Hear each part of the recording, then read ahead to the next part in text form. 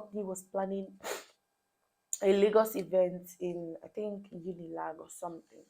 So basically, it's kind of that event that was done in Abuja and I signed up for. So they're doing it in Lagos as well. So now Lagos is plenty. There are business people, there are students and all that. So during that Lagos event, a woman called. She wanted to sign up. Like I said, remember they told me this is for women, helping women. She was crying on the phone. She called me, she broke down and she was crying. This lady is not just a young girl, she's someone's mother. She's a mother of 2 or 3 or so. She called me and she was crying. She's telling me how her life has been upside down, how things are not going well with her husband. She opened up about things that I cannot say here. She opened up about a lot of things, and I felt so bad because I have no experience and I don't even have a relationship or foster marriage.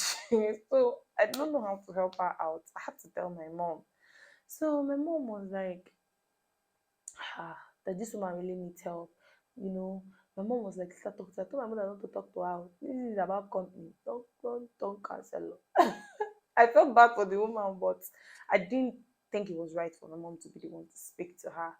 So my mom was like, I should refer her to the upliner, which is Miss B. So when they came back from Lagos, right? I went to Miss B and I told her this is what happened. I wanted to see pity. I mean, I'm not saying send money to her. I'm not saying change her world. But empathy was what I was looking for in her face. I just saw a straight face. I was like, ha, I don't know what to tell her now. Tell her to sign up. I was like, should I tell her to sign up?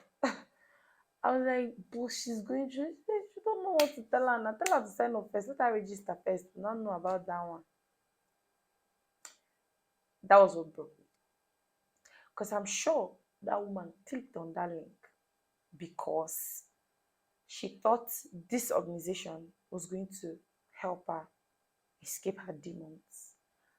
And the only thing this organization was after was her 45K or more. Because when you sign up with that 45K, you're not stopping there. You have to be upgrading packages. Yeah, you heard me right. You have to be upgrading packages. This account one, this two accounts, this three accounts, this four accounts, this till 10 accounts. I think 10 is the highest. No, I think 15 is the highest you can have. 15 accounts. So that was the only thing this company was interested in. Or should I say Miss B was interested in? I don't know. But I felt really terrible because I don't know what to say to that woman. I did not tell her to sign up. I just told her to join the Zoom meeting because I don't want to, add to the woman's depression. So that was the straw for me. But I was still hanging in and working there because of the friends I had and the fact that I have to be leaving my house every day. In fact, everybody, see, if you join network marketing, you'll be a chronic liar. Number one, you have to be a chronic liar. You have to sell your soul, deceive people point blank, and not care about the way they feel later. I know how many people that called me and insulted me so many times because of my boss. They're like, boss is so rude. You owe me product. This. You just have to be a mean, rude, bad, pathetic liar for you to succeed in network marketing. That's number one. That's like a legal way of doing Yahoo because you're basically conning people out of their money. It's a Ponzi scheme. Anybody that tells you network marketing is a Ponzi scheme, that is a bloody liar from the pit of hell. There is no network marketing that is not a Ponzi scheme.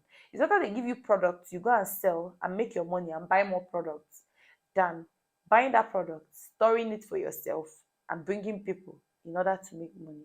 That's terrible. So anything that involves that, what I tell you from today to tomorrow is not Ponzi scheme. My sister, Mister, it is Ponzi scheme. Two, distress. Distress. First of all, say goodbye to social life. No watching of TV, no watching of movies, no hanging out with friends. Friends will even run away from you. I know how many people from my contact, even cousins said that even stopped talking to me when I was working there. Because you're just programmed to speak about that anytime you meet people. That's the only thing you talk about whenever you come across a human being. That's the only thing you think of and speak of. You're conned that way. It's like your brain as mechanized that way. So just say goodbye to social life, because you cannot have time to watch TV. The time you're supposed to use and watch TV is time you're using to send messages for people to join Zoom meeting. Follow up on people that join the meeting. Follow up on people that say they will register. Make sure they register. When they register, you make sure they upgrade their account. You make sure they bring phone numbers of their people. You make sure they follow up on their people. That's what you do for the rest of your life. I'm telling you the gospel truth. There is no rest. There is no rest. Mister, my brother, the stress is untamed. And it's so terrible because when you're joining this, they tell you that, like, why you working 9 to 5 when you can, do this and be a billionaire. It's better you're working 9 to 5, because 9 to 5, from 9 a.m. to 5 p.m. That's your period of working. You rest for the other time, like the other times. You have your Saturday and Sunday to rest. For those that work on Saturday, you have your Sunday to rest. Oh, some people have shifts self. But this one, I was told my work was Monday till Friday. I still had to work on Saturdays and Sundays. My laundry was like this. I could not wash clothes. I could not do anything. Those Saturdays they are doing Zoom meetings and physical programs, I have to stay back, make sure I book people for meetings. Sundays when I come back from church, I'm cooking rice in the kitchen. I'm following up on people that attend there. People are calling me on phone to make sure that their reservations were kept. Because when they butter you up, you feel like this reservation is something big. There's no reservation, Master. There's no reservation. There is no special ticket. There is no special number. There was no money. You don't win any free slots. It's all lies. Lies. So, first of all, your social life, your time is all gone. You don't have time for yourself. You don't have time for anybody. You can't make friends. Become a pathetic liar. That's the stress. That's another thing. You become depressed because at the point in your life when you don't have friends around you, when the only thing you talk about is the way you're going to be conning people and getting money out of them, you find that nobody wants to stick around you. Even the friends you have, if you con them into doing that and it fails them, they're going to desert you. And then when you actually have real life crisis, there's nobody going to be around you. Then you're on your own. And Esther, that money they're telling you, it does not come like that. That's how you now stay there. You're broke, you're hungry, have no friends, you have no time for yourself. Depression sets in, sickness sets in. I dealt with ulcer. Esther? Hey, God, Jesus. The kind of ulcer, I had ulcer before. No news, I know. It wasn't bad, it wasn't terrible. I ate spicy food, I did everything, like, it was just diagnosed. And because I got tummy pain sometimes, and all the indigestions and gas that comes with ulcer, I was having them, and I did the test and it was positive. I took Gaviscon and Gestid and I was okay. So it wasn't terrible that way. So I was fine. But one thing people don't know with ulcer is that it actually, stress can, you know, activate it more, or like fuel it, something like that. So, my dear, every time my chest was aching, my chest and my back felt like there was a big stone on it, like a terrible stone on it. I could not breathe well. I could not eat well. I could not sleep well. I was always having this terrible chest pain. And I'm this kind of person that I don't like people pitying me. So I rather not tell anybody my problem. I'm always with smile. Maybe I'm dying. I don't like people be like sorry, since I just don't like it. So I don't like telling people what I'm going through. So basically, in my workplace, nobody knew what I was going through. It was when I came home that my mom, understood that something was definitely off. So around my birthday, I had to go run tests, and very well, the ulcer was there. It was very significant. I also had typhoid, very terrible high typhoid, because I didn't have time to eat at home. I ate street food at work, so I don't know how hygienic it was. But the whole thing was that I had injections and I was given a bunch of drugs to take. All it boiled down to was that I needed rest. I needed rest. I had to rush out. In fact, we even started paying 1,000 naira fine. Like people working there, even if you're not working for anybody, even if you're working for yourself, as long as you're in the CEO office, if you don't come to work before, I think it was 8 or 7 or so, but if you don't come to work before then, you're paying fine of 1,000 naira. So early in the morning, you're rushing out. If you're coming back around 6, 7 in the night.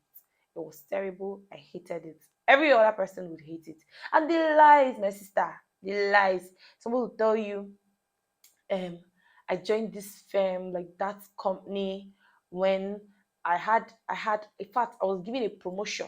A woman even said she was given a promotion in her place of work. Like this promotion she was given, that her salary was doubled. Like they were basically begging her to stay, but she picked it to come and work there. Mister, a wig does not rhyme with the kind of money you say you're making here. Your jewelry does not rhyme. I'm sorry, but like you wear those things, so I definitely would judge you from those things. The Your clothes does not rhyme with the kind of money you say you're making. Your shoes, your handbag, auntie, your story is not aligning. It's not aligning. So actually, that woman's story made me start doing digging. I had to ask this CEO that they say has so much money. There are things I need to know. If you're making this kind of thing, I had to start asking questions around what businesses does this man do, all that. Nothing significant. I only know you own an iPhone and I think it's Samsung, and you buy laptop for almost everybody in the office that are doing well. Like I said, like guy. So basically, the laptop was used to run ads on Instagram, Facebook, stuff like that. So what and do Zoom meetings, yes. And then everybody in the firm had white cars. Like all those big shots in the firm had white cars. Most of them are Benz, but it has to be white. So at the point, I started asking if there's a big event, they wear all white. So I started asking. It became shady at the point. Before your girl enter the ritual group, the name of network marketing. So I started asking, please, is it that people in this company know to buy other cars? So the person that I was asking was like, you can, but it will not be celebrated. It's only the white one that is celebrated. Yay. Sauce. I was just too suspicious. So if I like black or gray or red and I buy it, you will not celebrate me until I buy white. Wow. Okay. Side eye. Bombastic side eye. Criminal, offensive. Anyway, that wasn't everything. So I started asking, because they say if you reach 500,000 naira, you'll be made an ambassador. So I was like, this 500,000 naira, I had to ask Miss B, this 500,000 naira that people have to reach, is it that because if you can withdraw money from your your dashboard, yeah?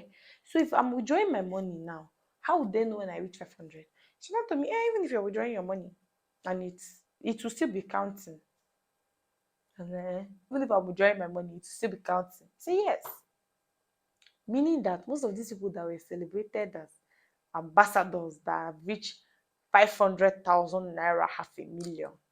Most of them, their account, their real account might be 0.0000, but the dashboard is reading 500K, so you're going to be celebrated. Ah, the scam is coming. It shocked you, Abby. It shocked me too. So I was like, oh, so that's how it works. She was like, yeah.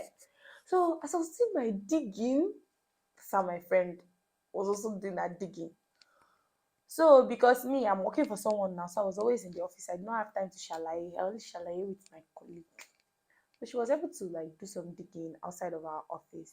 So she now told me like, hey, this was confidential between the both of us. It was really confidential. She told me about someone who told her, like the woman or so is among the top shots in the company. So this woman told her how if she's bringing people to the company, because I'll tell you, if your rich uncle, rich daddy, those are people that is their main target. Sef.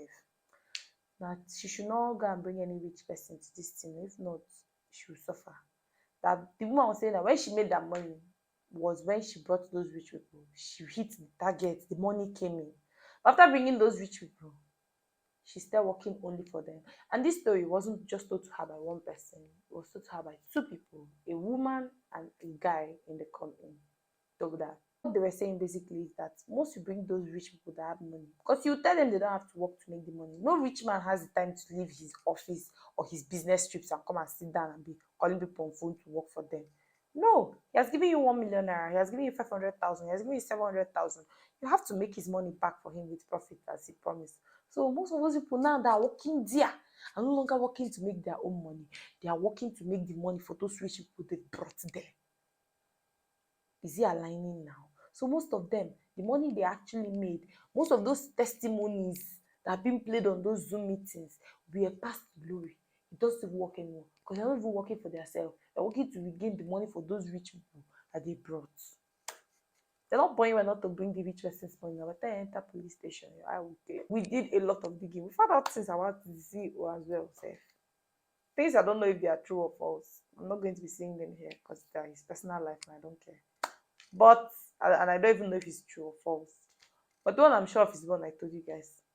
So these are one of the horrible things that happened to me in network marketing. I fell sick. I lied to a bunch of women. Please, if your mother is among you, if your father is among you, or you're among those that lied to come across this video, even though you don't know my face, I'm sorry. Please forgive me. My money is still with them as well. I left the company. I'm different. I'm not that person. I was never that person. I was just made to say things.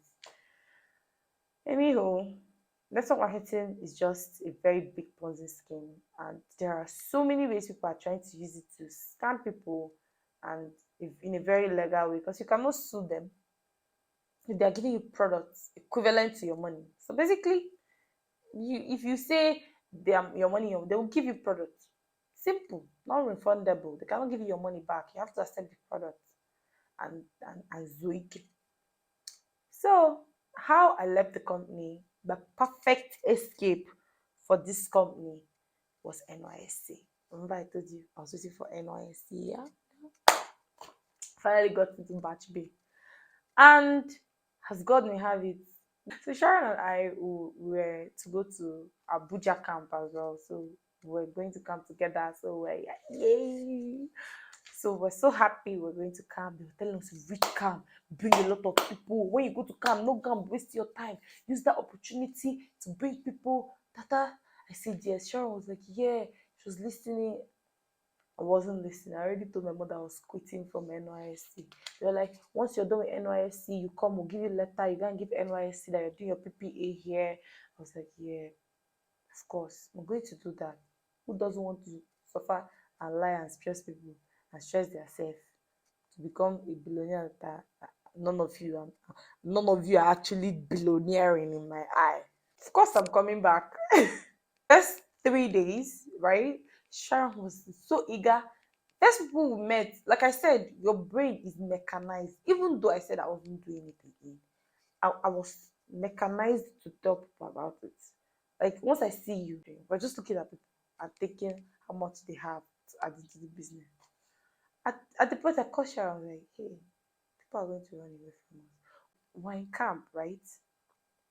Let's make friends. Let's let's let's enjoy the experience. It's a once in a lifetime thing. Let's not spoil it by talking about network marketing before we start trending as network marketers in this camp. That's the last thing I need.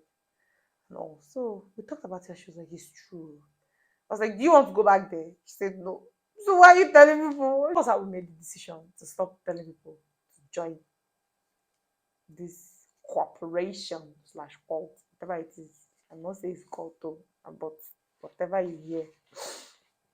So that's how we stopped it. In this video I'm making itself, I'm supposed to make it with Shara. Probably one day I'll make it with her, who knows? But we said we were going to make a whole lot of videos about our experiences there and advise people to go there. Network marketing is zero. Do not do it. After camp, they were calling us to come and collect a PPA letter. We were like, we're coming, let's rest first. The stress of camp. We're already looking for other PPAs, other places. So Sharon was not actually the only girl that was my friend. I had another girl that was my friend while I was working in this corporation. She was working as the PA of the CEO. Sharon and the friends we made in camp and we all decided to have a party, a sleepover, a girls' sleepover. We got games, drinks, cake, stuff like that. We got brownies. We just wanted to unwind and relax and, treat ourselves. So, some of us, like three of the girls, they don't stay in Abuja.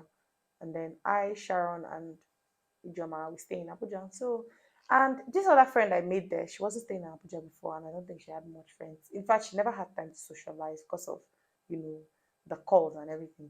So I had to invite her, at least if she can make friends with, if I made friends with in camp. I felt like they were aligned. So I told my friends, hey, I'm bringing so person.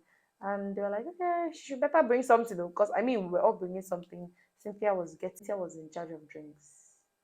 IJ was in charge of the house, the apartment. Sharon was in charge of the brownies and small chops. Um, I was in charge of the games. Victoria was in charge of the food. I forgot what Nancy was in charge of, Sha. But we all had tasks. So they were like, she has to bring something, which is right. She had to bring something. So I told her to bring something, even if it's chocolate, just get something. So she told me, yeah, she was coming. I told her the date, I told her the location, I told her everything. On the day of the event, called her, she not pick. The day before the event, sef, I even called her, she not pick. I kept calling. She was just ignoring my call. I texted her, I chatted her up, no response. After the event, I chatted her up, I texted her, nothing. She never said I'm sorry. She never apologized. She never explained herself. Why you ghosted me, you know? I thought we were friends. You should have told me we weren't. So yeah, she never spoke to me again after that day, and I decided not to speak to her again, even though we still follow each other on Instagram. We don't talk anymore. So yeah, that's how we're no longer friends. Yeah. And for the other people that worked with us there was the first lady, Lady A. She no longer works there because of some personal issues, as she said. The second person, her parents let her work there for a year, and they told her if they are not seeing any, growth, she was going to leave. So after a year, and her parents didn't see any growth, she had to leave there. And she's working somewhere else. She's happy. She's doing well. Happy for her. The third person, Mr. Jean, is still working there. Kudos to him. And my dear pastor friend, he's not a pastor, but he just gives up pastor vibes. Still my friend, we still talk on phone till today.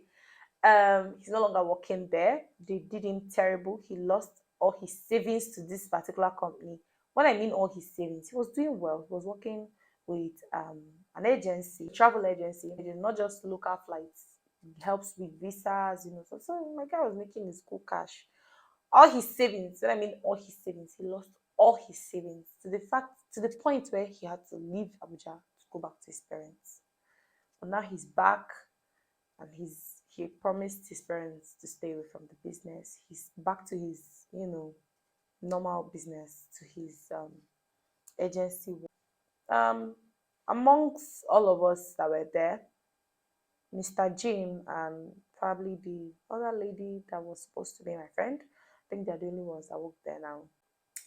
If you have any money and somebody is telling you to use it and do something that you have to bring somebody, even if they tell you don't have to bring anybody, if it involves products, once they bring products, because I don't want to mention the name of this company, but these are the signs, like the Lord told us in the Bible, the signs of the end time. He did not tell us when it to be, but he told us the signs, so that when we are seeing them, we know the end have reached and know how to arrange our life. That's why I'm telling you the signs now, so that when you see them, you will know them and run for your dear life. They have plenty ambassadors in this thing.